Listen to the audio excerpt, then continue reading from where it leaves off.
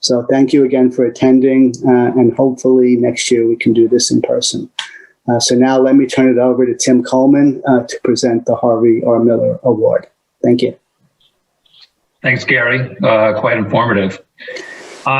Good morning, everyone. Welcome to the Harvey Miller Award presentation.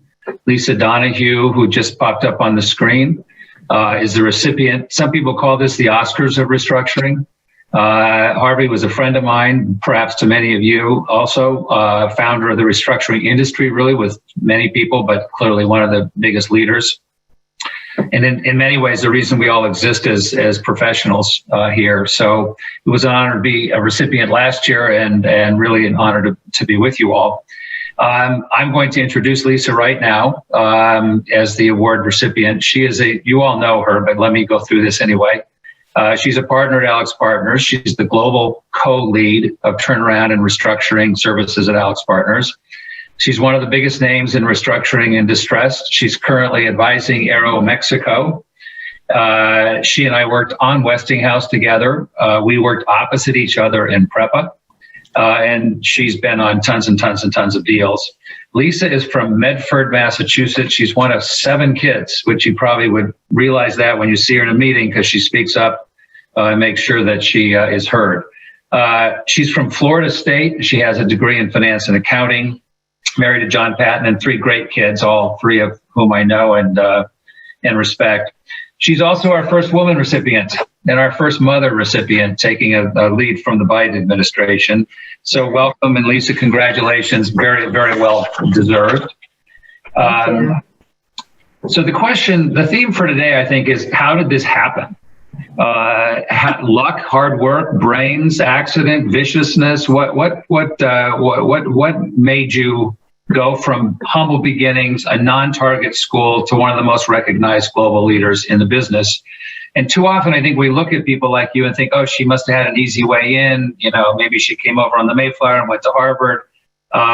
Or maybe the path that she's on is unrealistic today with this hyper competitive world of top scholars and deep experience and stuff. So the question is, what can we learn from her path? And so I'm going to go down that and explore some of this. So Lisa, let's start with, and by the way, she keeps asking me for these questions and I have not given them to her.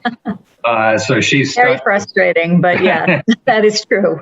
So let's start with Florida State. How did you land a great job out of there, Boston Finance and Equities, 1988? The world was sort of falling apart. You didn't go into restructuring.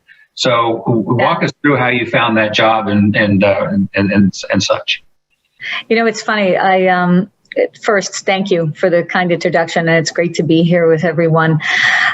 How I ended up at Boston Financial is interesting, because coming out of Florida State, even though it isn't an Ivy League or isn't Harvard, there are lots and lots of recruiting that does happen there. The Big Four goes there, and when you're in finance and accounting, you tend to target, at least you did back then, banking, the Big Four, something like that. So I had been looking at Bank of Boston at the time, and also potentially going into one of the accounting firms.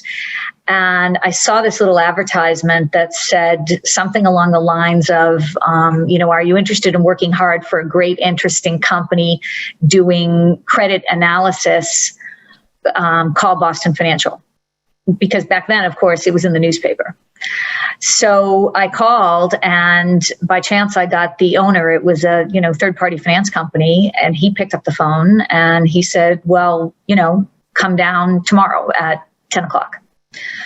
So I went to the office and met with him.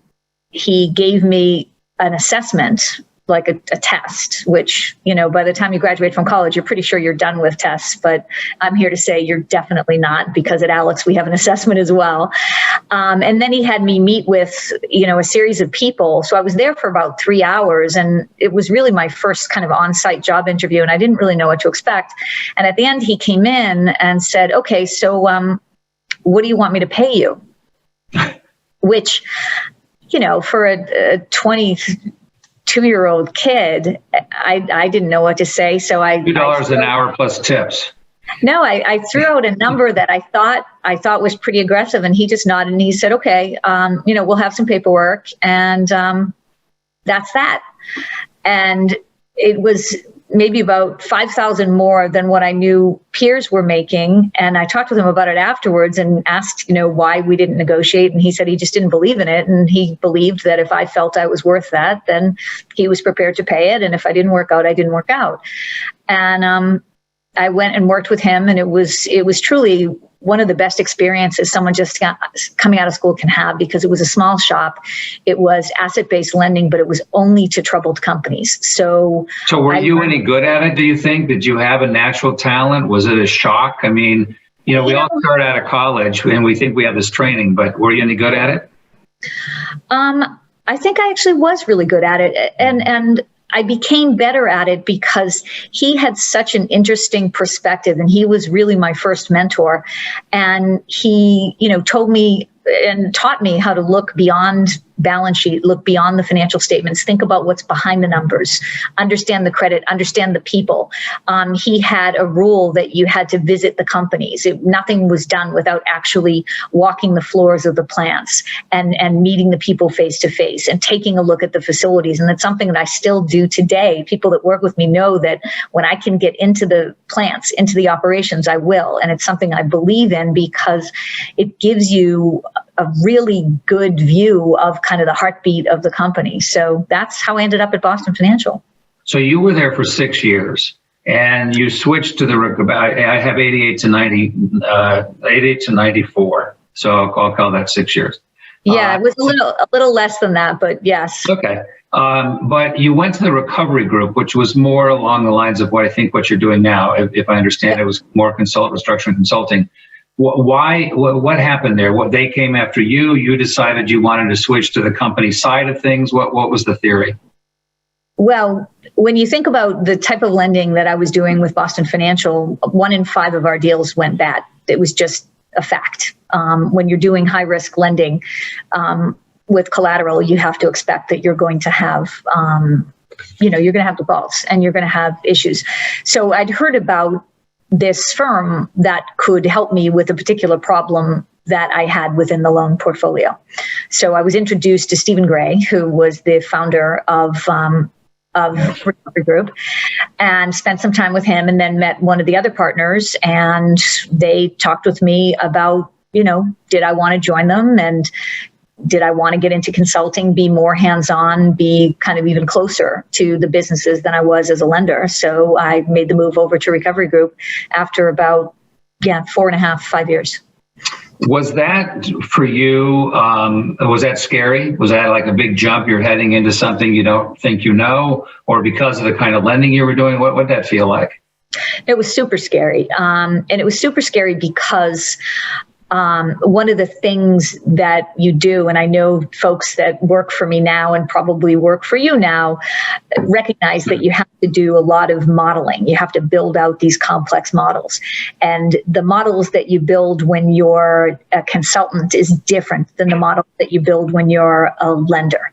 So understanding and really kind of taking a step back to learn how to do that, relearn, was intimidating, and it is a little scary. Any kind of change, even good change, even positive change, is complicated and scary. So yeah, it was. And they gave you the room they understood that you were perhaps a smart, capable person, but that you were a little bit backward in terms of the skills they needed. I think that like every place, you find the people that are going to help you. Would I say that 100% of the people at Recovery Group were patient with my learning curve? For sure not. Would I say that I was able to find the folks that supported me and helped me figure out? Yes, that's what I did. So I have a question here that I want to let you play with, but did you think you had any talent for this, number one? And number two, as you started in this and started learning more about it and getting from the modeling into, something above modeling or modeling and something above it, when did you start to understand that you had a talent for it? Or were you just sort of running scared the whole time for a long time? Or how did that work? I wouldn't say I was running scared for a long time, but I would say that there was kind of a point where it clicked. Mm-hmm. And I started realizing that I was able to kind of see the whole board, mm-hmm. versus just The piece you were doing, of whatever I was doing or the work stream, I was able to think a couple of steps ahead and start to think about where we were going and how we would get there. Mm-hmm. But how far along was that, Lisa? How, like a day, a week, a year, 10 years? I think probably 2 or 3 years. Mm-hmm. I started realizing that that I could continue progressing, and that I could do interim management roles, and that I could mm-hmm. run, smaller, less complicated companies, while I started understanding the process, the dynamics of a negotiation, things like that. And I would say that, at least for me, it's evolutionary, and it continues to be evolutionary. Every new assignment, even now, there's a little bit of trepidation because, for instance, you'd mentioned I'm working with Air Mexico. I'd never done an airline before. So, these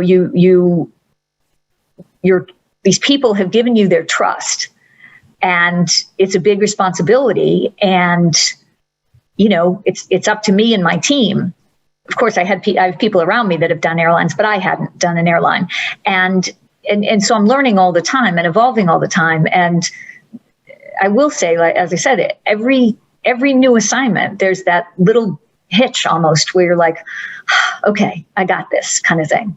Right. So each assignment, you get to that point where, like, okay, I went in, I was maybe a little, I call it scared. I still think I run scared, but you feel like every one of these, Westinghouse, nuclear power, whatever it was, you suddenly, you're there for a while and you say, okay, I'm getting this. So you're somebody, I think, that allows people below you to grow in that way. So it seems to me that must be from personal experience, because a lot of places, you come in and it's like, what are you doing? What are you doing? Are you right on top of this? I think of some of the modeling people, the analysts that we bring into PJT, they're thrown in and doing models immediately, and we expect them to do that. And I know that you sort of let people grow, because I think it's what you've experienced, which is that the person who's going to be a great leader or a great consultant is not necessarily the person who can build the fastest model in the beginning.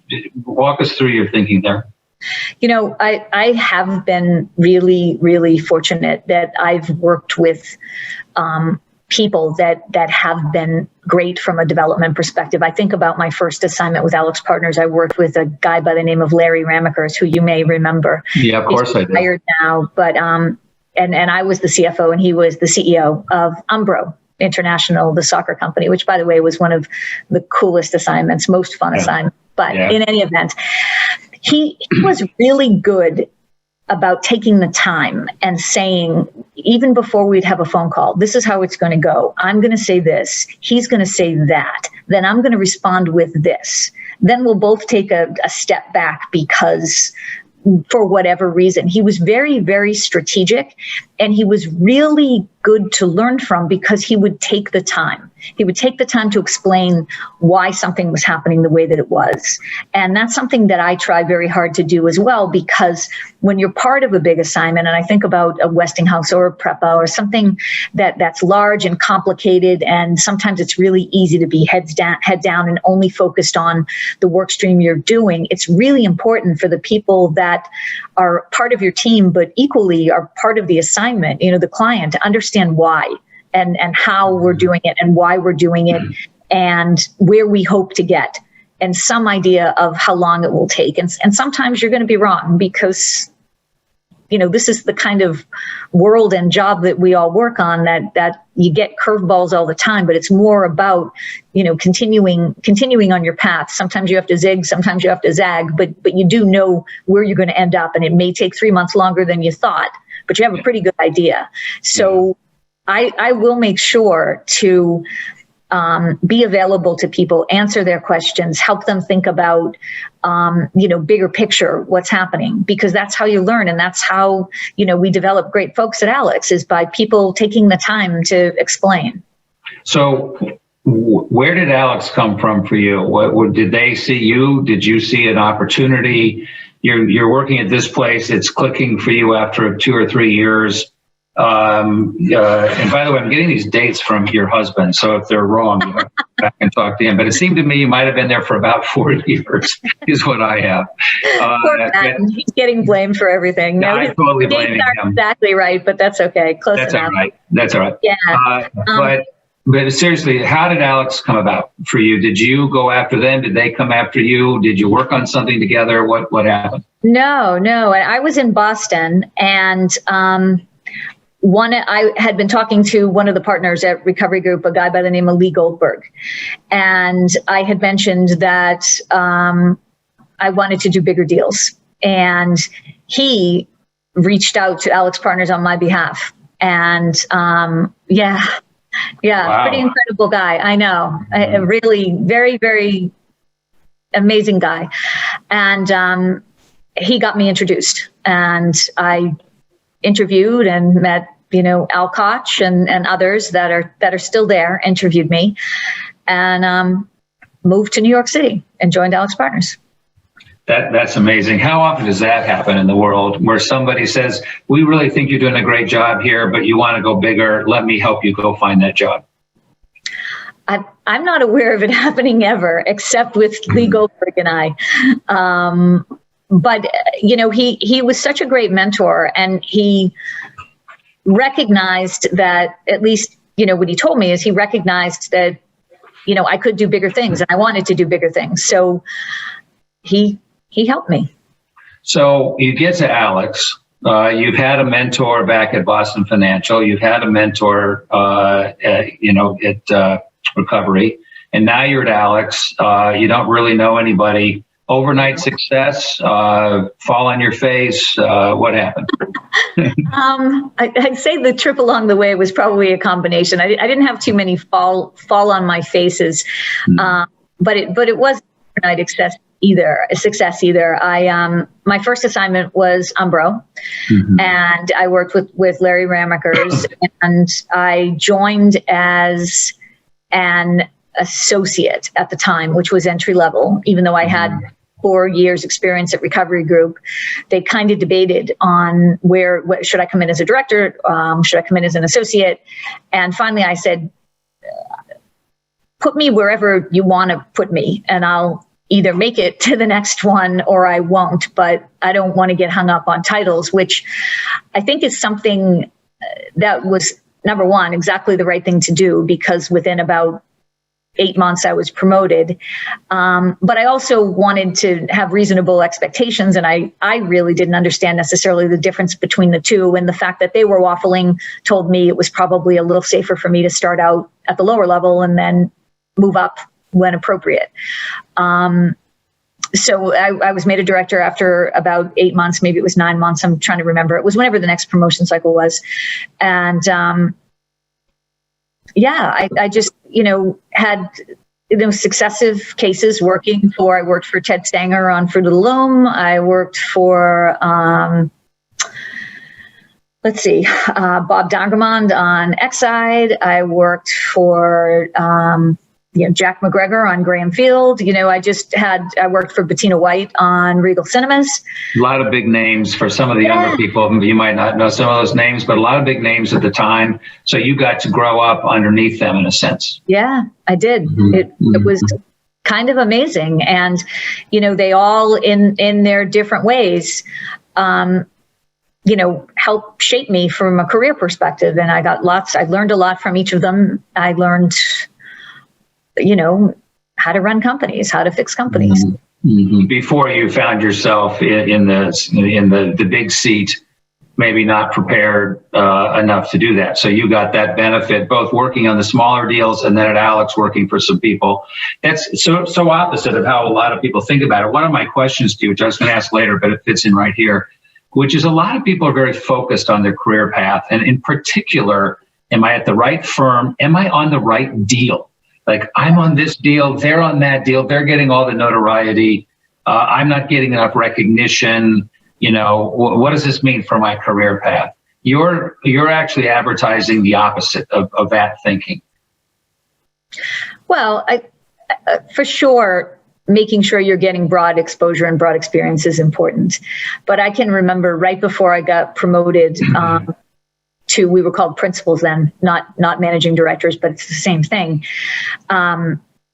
We needed someone to do SOFAs and schedules on an assignment. And SOFAs and schedules are, of course, the bankruptcy administrative, the back office stuff. And I had already been, CFO at Umbro. I had already had several interim management roles. And I offered to do it because no one else would do it, and stepped in as a director and ran the whole SOFA schedule process, managed the claims, all of that stuff. Right. And I remember talking to some other directors that said, I can't believe you agreed to do that. And I was like, well, someone had to. And I think that sent the right message to the firm that everybody has to do things that they don't necessarily want to do at the time. And it's building the career, it's building the experience, it's, paying your dues. And the way that I look at every single one of my assignments is I'm always learning something, whether it's industry, whether it's, from some of the folks on the deal team, whether it's something, in the capital markets, if it's, working with you folks at PJT or whomever. And sometimes it's from my team members because they know something that I don't know, either about the industry or about the company or where we're going. So that's what I usually tell people is focus on what you're doing and doing it well, and learn and take, drink in the knowledge and take whatever you can from every assignment that you're on. So what the people you were just naming, many of them are still at the company. Presumably now, I guess they report to you. Where was that moment on your glide path where suddenly you started rising above, or I don't really mean rising above it, sort of obnoxious way to ask it, but where did you suddenly start to become leader, not just on deals, but on a leadership path? How early in your Alix time do you think? I think it was around 2003, 2004, when Ted Stanger and Bob Dangermond made me co-lead with Stanger of the North American turnaround practice. And why did they do that? Well, I guess you'd have to ask them, but I had just finished Exide Technologies with Art Newman, actually, and the firm was looking at leadership development and thinking about people and where to position people. And Bob and Ted were co-leads, and Bob moved up to lead North America. And he and Ted recommended that I take the role co-leading with Stanger. Interesting. And how did you find that role? Because now there are people that are going to be underneath you that were equal to you in terms of title, or maybe even above you in terms of title or experience. What was that like? It was, I learned a lot. Ted was great because he'd been in the role for a while. So he was really good at helping me understand in a people business how to be there for support as a leader, and to really be the kind of leader that people want to follow. And, in the beginning, it for sure was a little bit of a struggle because not only was I a woman, I was a young woman. And some of the, partners that I had at the time had been at Alix much longer and had been, were more senior than I was.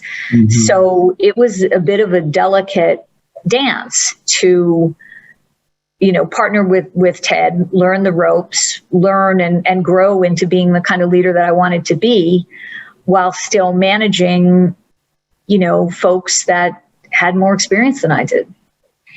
And anybody quit as a consequence of that, or any adjustments? No one quit.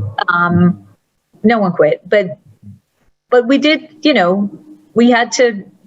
we all had to adjust, and probably me most of all. I remember when I first got a secretary, how hard I found that to manage somebody. That was my very first job, and I had a secretary. I just remember thinking, why am I managing this person? They were older than me. What do I know to manage them?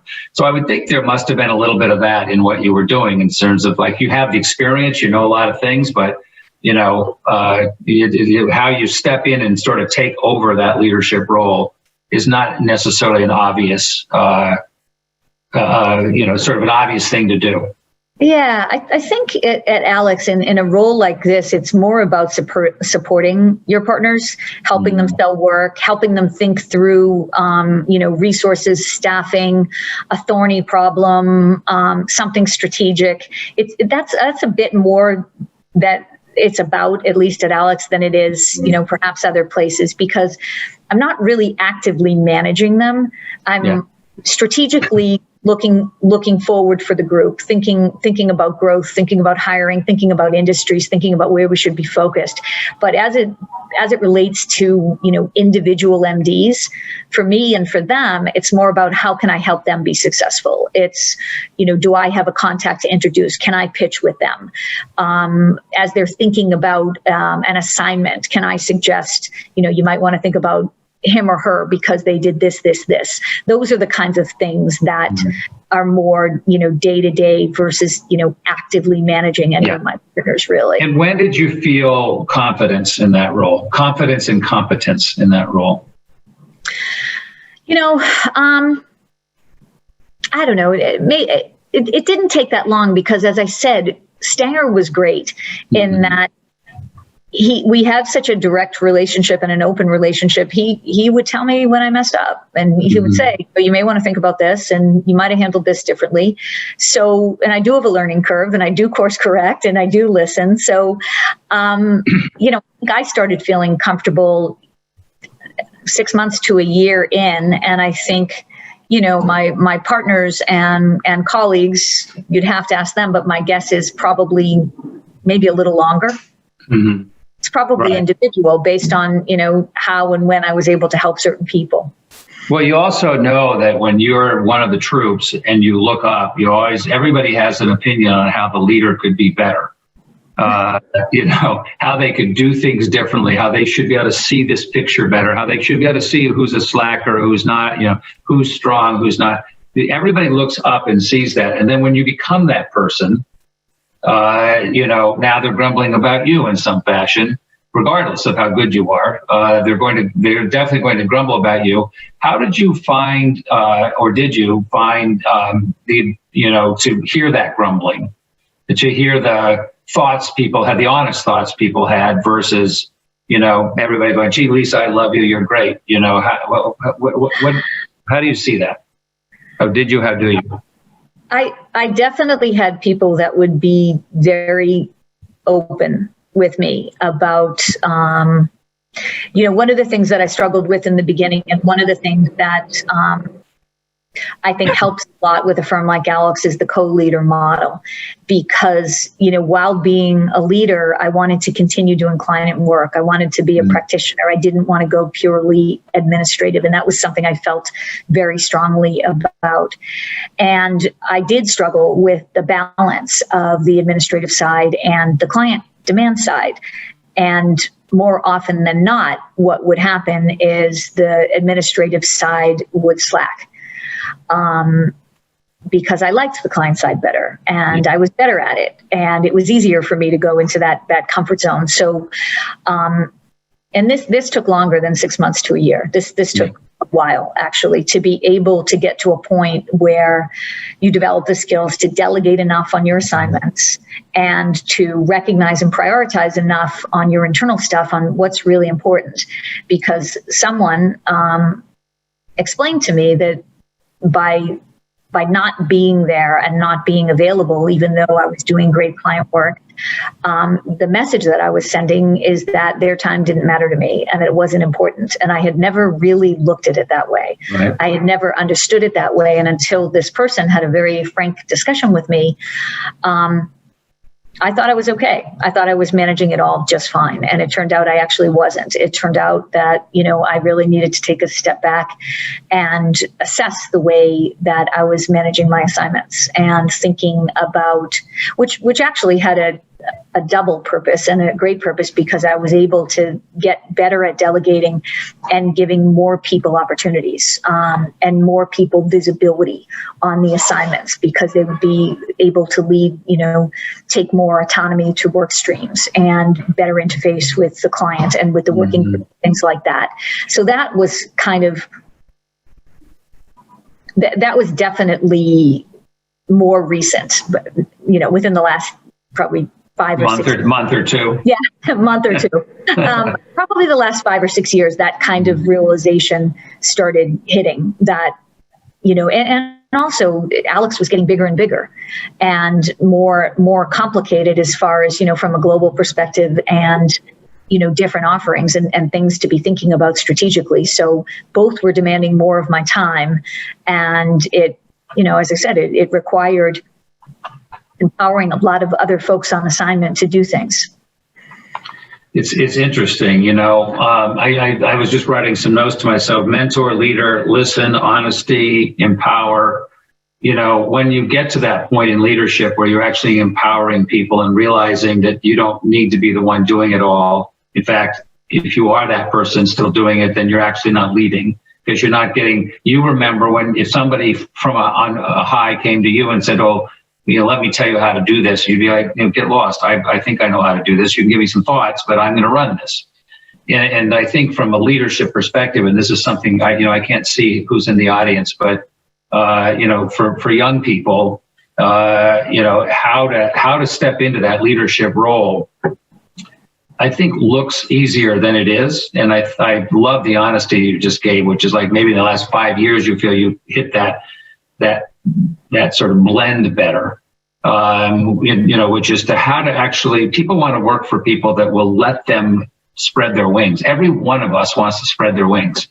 Right. And so when you learn that you can't help them spread their wings and, fall out of the nest and plop, but, there's a long way between that, and how you encourage and empower is such an important lesson. It's thrilling to hear you talk about it. And you also have to be prepared to understand that people are going to do things a little differently.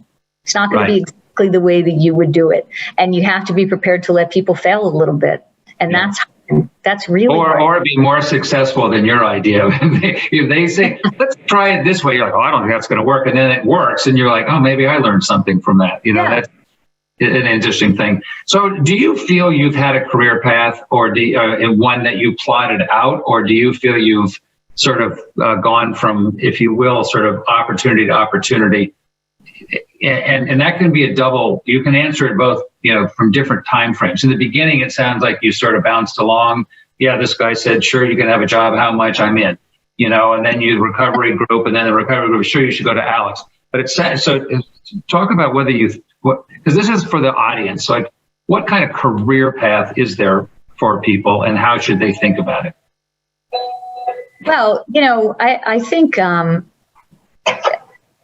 I've had a career path. I'm not sure I plotted it necessarily. That's what I mean, plotted. I definitely didn't plot it. I was thoughtful about, particularly in more recent years, the assignments that I would take. But at that point, I was already pretty well established. I think the thing about a career in the work that we all do, it's pretty cool stuff, right? I mean, it's fun, it matters, it's intellectually challenging. Sometimes it can be physically challenging, just physically exhausting because you're working so hard. But as I said, you're learning all the time, you're constantly stimulated, and you're making a difference. What we do matters. And I think that's kind of the important thing that I think about. And, every single assignment doesn't have the same level of excitement or the same level of complexity, but they're stepping stones to the next one. You're learning something on each one. So I definitely had some sort of path, but I don't I can't claim that I was that smart to be able to map it all out completely at all. It just happened, I think. I preach to young people to try to have a path, and once a year come back, have your own business plan, and once a year come back and look at it. But I certainly did not have one myself, but I think it's a good idea. Let me ask you a couple of other questions because we're going to run out of time. This is an investor conference. There are a lot of investors in the audience. You and I have talked in the past about, when investors will say, well, I have a model, I've already modeled this out. And you're like, show me the model, it's 1 page, and our model is 6,000 pages. What do you think? Would anybody benefit? Would it be beneficial to investors, especially young ones, to go and do a stint inside an AlixPartners and actually learn deeply, not about one industry necessarily, but just companies and how they work, and the frustration of employees. In our local paper today, they were complaining about bonuses that went to the Purdue management, and yet you and I work on that. We both know how hard those people are working, and they're not the ones that created the problem. Right. So what do you think about that concept of sort of going off, like seconding somebody for a year from one of these firms, letting them come in and see, as a sort of regular training basis inside? Dumb, smart? What do you think? I'm a big believer on the job training. I mean, obviously you have to have your fundamental skill sets, and there are certain technical things that you have to learn. But understanding how a company is run and how things actually get done. I mean, you and I have both had conversations with some of our hedge fund friends where they'll say, well, what's the difference? Why can't it be done now? And it's like, okay, let's just take a step back and maybe understand how it would have to be done and why it's going to take X amount of time to be done. So I think it would benefit, investors to understand the inner workings of a company. And as I said, I'm a big believer in getting out onto the plant floor, getting into the operations, visiting that smelter at Exide, visiting the battery plants, so that you can actually see start to finish what you're selling and why it's expensive, and why things aren't as easy as they seem. I think it's a good idea. I love plant tours because I happen to agree with you. You may not understand. I went to a cigarette factory and watched them from soup to nuts make cigarettes. Yeah, it mattered from what I was working on. I'll never forget that tour because it actually sunk into your brain, both the cost structure, what was cheap, wasn't the, all those things. So I would agree with you. All right, I'm going to run out of time, but a couple of other things. Restructuring, when I started in 1982, you started a little bit later, was a much smaller business, and a lot of people knew each other. It's a much bigger business today.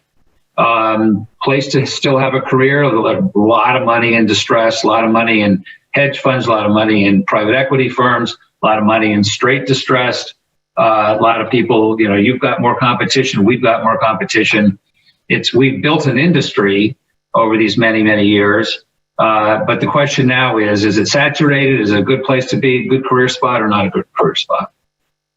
I think it's a great career spot. And part of the reason why I think it's a great career spot is what we're seeing from a work perspective is, if you remember, historically, we would be tracking, interest rate movements. We would be tracking, liquidity and anything that was tightening up in the capital markets. And that would mean then that there'd be work for us for some reason. I think more and more, there's such disruptive forces out there that are causing changes, whether it's, geopolitical, technological, et cetera. So, and companies and management need to be more nimble, and they need to be more proactive. And that's the kind of thing that we do.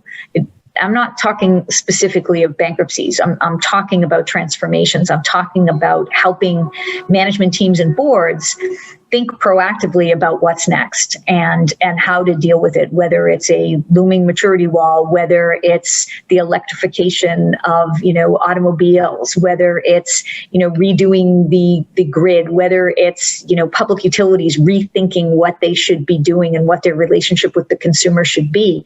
All of that change, operational, hands-on, strategic, and actually implementation work. So I think it's a very cool place to be. I think it's a very cool place to spend your time. And, as I've said before, what we do matters. And, it's fun. I think the other thing that I think some people are frustrated by in what I'll call normal land versus restructuring is when you're in a restructuring, the client has to listen to you. They are in trouble. And a lot of things are coming at them that are very unfamiliar. And it takes time for those of you that have not been inside a company. It takes time for them to trust you. They don't usually like hiring you to begin with. It's sort of like, oh, here we go. I mean, you, me, all of us, anybody that works on the company side. It's sort of like, oh, here they come, and these people think they know what they're talking about. What do they know about nuclear power or airlines or whatever the industry is? You learn it pretty quickly. But then they very quickly come to realize just how important the advice you're giving is and how much experience is in that advice, whether it was, in one industry or another. The advice is complementary in terms of the different things you work on. So I think it makes a very big difference. My last question, which we only have about 3 more minutes. You've done a lot of firsts as a woman, in terms of things that you've accomplished, including the big role you're in now. You've also hired and promoted a lot of women. Now everybody wants to hire a woman and minorities, and it's like the thing. But it seems to me you've been doing this for a long time. Has it been paying it forward? Has it been because you think women are better consultants? Is it just individual? You find a woman you like, you hire. You find a man you like, you hire. Give us a sense of that, because it's a hot topic right now. Well, in 3 minutes or less. Oh boy, quick. I have been doing it for a long time, and I've been doing it for a lot of reasons. Number one, I believe in it. I believe very strongly in diversity, inclusion, development, acceptance, and it's something that I've been focused on even before it was fashionable. I think that, and I do think diverse teams get better results. I do. I think that now, fortunately, there's data that supports it, but it's always been my gut. It's always been my feeling that when you have different voices and different perspectives, and people are actually really listening to each other, you're going to get a better result. And, it's the right thing to do. That's I think the simplest answer that I have is it's the right thing to do. And I'm proud of what we've done at AlixPartners. I think we do have the most women partners globally, and not just in my group, but more and more across the firm.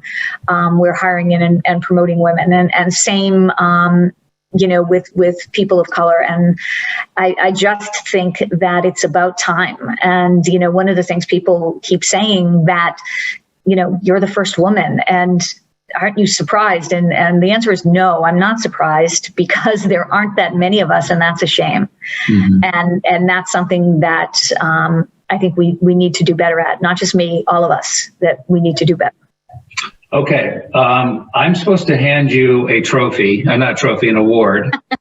You're supposed to receive it. We found out this morning that it's not at your home, and I don't have it here. So I'm just going to say the words. I couldn't be happier or prouder to present you this award. Harvey would be thrilled as you know, he was a great promoter of women. You can go through a long list of Marcia and Judy and Lori and, on and on and on of women that worked with him for a long time. So he would be thrilled by this. It's taken a long time for a first woman, but there you go. You get to have that mantle. And so I congratulate you and many good and successful years ahead of you. Thank you. Thank you all. Thank you, Tim. Okay. All right. Gary, I don't know who comes on next or whether we just drift away, but that's the end of this piece of the presentation.